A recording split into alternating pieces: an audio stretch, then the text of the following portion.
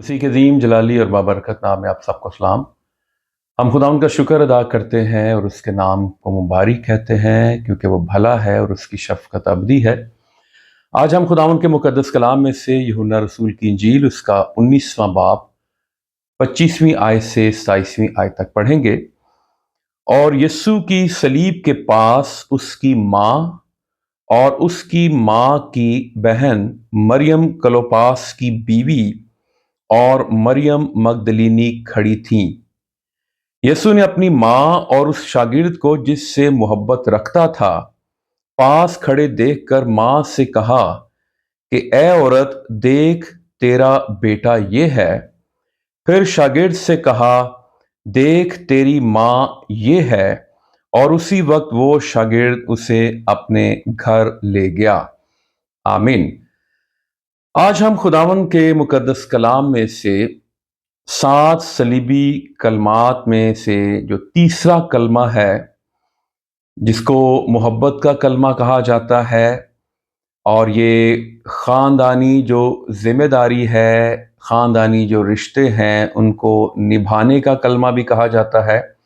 और जो 10 अहकाम में जो 5वां हुक्म है, यानी माँ बाप की इज़्ज़त करने के हवाले से, ये इस कलमे को भी ये बयान करता है।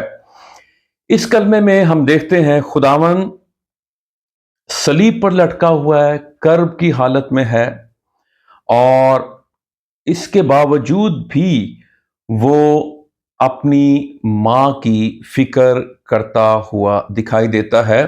और वो यूहन्ना जो रसूल है उसको अपनी माँ की जिम्मेदारी सौंपता है।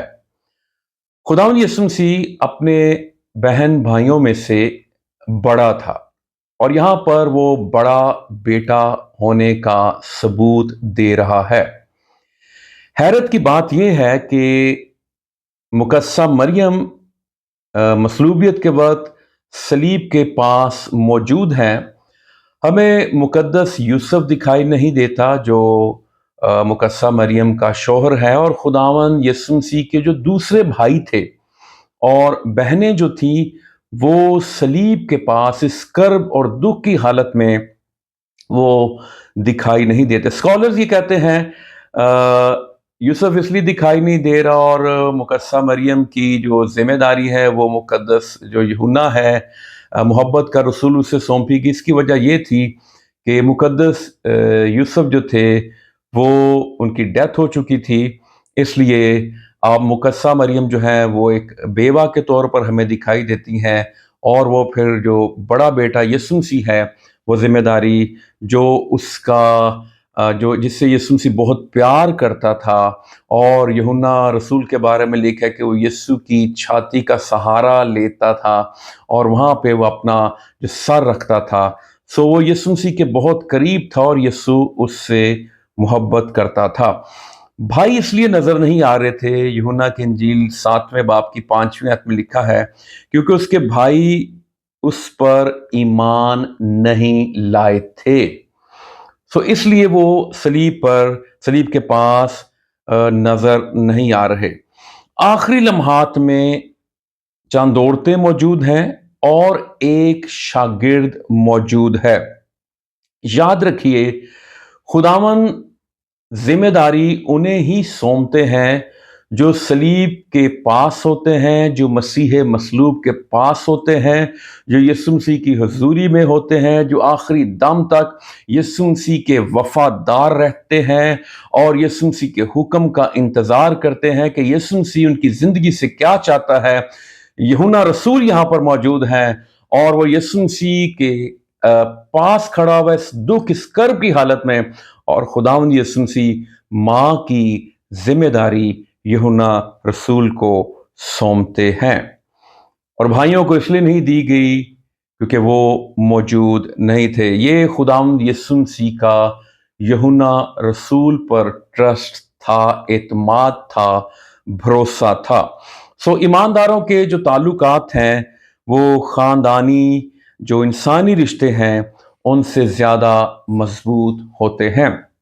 फिर खरूज 20वें बाब की 12वीं आयत में जो 10 अहकाम में से 5वां हुक्म है, तो अपने बाप اور اپنی ماں کی عزت کرنا تاکہ تیری عمر اس ملک میں جو خداوند تیرا خدا تجھے دیتا ہے دراز ہو۔ اب خداوند خود اس حکم کا، اس جو 10 احکام ہیں، ڈیکالوگ ہے، ان کا دینے والا ہے۔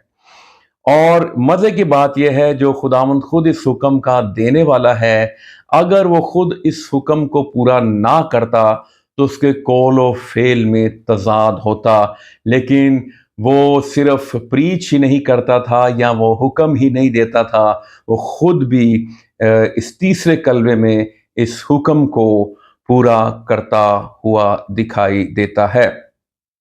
لوگ کہتے ہیں کہ ماں کیوں نہیں کہا؟ کانہ گلیل میں بھی خداوند یسوع مسیح مقدسہ مریم کو عورت کہتے ہیں۔ یہاں پر خداوند یسوع مسیح نے پہلی بات تو یہ ہے کہ ایک بیٹا ہونے کے ناطے اس ذمہ داری کو نبھایا ہے جو ماں اور بیٹے کا رشتہ تھا، اور دوسری بات یہ کہ یہاں پر خداوند یسوع مسیح بطور منجی جو ہیں وہ مصلوب ہو رہے ہیں، اور یسوع مسیح مقدسہ مریم کے لیے بھی ایک منجی کی حیثیت رکھتے تھے، نجات دہندہ کی ایک حیثیت رکھتے تھے۔ اگر اس موقع پر خداوند یسوع مسیح مقدسہ مریم کو ماں کہہ کے پکارتے تو پھر یہ زخموں پر نمک چھڑکنے کے مترادف ہوتا۔ یوحنا کیا کرتا ہے؟ یوحنا کے بارے میں لکھا ہے کہ جب یسوع مسیح کہتے ہیں کہ یہ تیری ماں ہے اور یہ تیرا بیٹا ہے، پھر لکھا ہے پھر شاگرد سے کہا کہ دیکھ تیری ماں یہ ہے، اور اسی وقت وہ شاگرد اسے اپنے گھر لے گیا۔ فوراً خداوند کے حکم پر عمل درآمد کیا گیا۔ اس نے ڈیلے نہیں کیا، اس نے تاخیر نہیں کی کہ وہ آخری لمحہ تک یسوع مسیح جان دے تو پھر میں جاؤں، نہیں، لیکن فوراً لے کر، اس کا مطلب یہ ہے کہ فوراً ہمیں خداوند کے حکم کو ماننا ہے اور اس میں تاخیر نہیں کرنی۔ ان کلموں کو جو لوگ سناتے ہیں، ان کلمات کو سنانے سے پہلے لازم ہے کہ ہم ان کلموں کو سنانے سے پہلے خود ان کلموں کو سنیں کہ خدا ان کلموں کے وسیلے سے مجھے اور آپ کو کیا کہتا ہے۔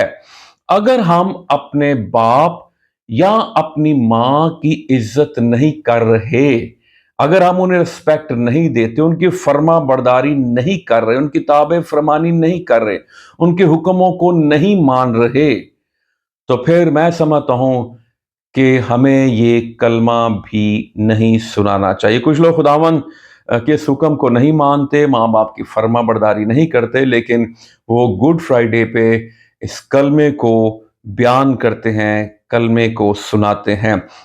کلمہ سنانے والے نہیں، کلمہ سننے والے ہمیں بننا ہے۔ اور خداوند یسوع مسیح اس سارے کلمے میں مجھے اور آپ کو ایک بات سکھا رہے ہیں، اور وہ بڑی زبردست اور اتم بات ہے اور بابرکت بات ہے کہ ہم اگر اس کلمے پر عمل کریں تو ہم حقیقت میں 5ویں حکم پر عمل کرتے ہیں جو 10 احکام میں سے ہے، اور 10 احکام میں یہ واحد حکم ہے جس کے ساتھ عمر کی درازی کا وعدہ ہے۔ خداوند اس دکھ کی حالت میں مجھے یہ سکھا رہے ہیں کہ ہم ان خاندانی رشتوں کو اور اپنی جو خاندانی ذمہ داری ہے ان کو نہ بھولیں۔ خداوند آپ سبوں کو برکت دے، آمین۔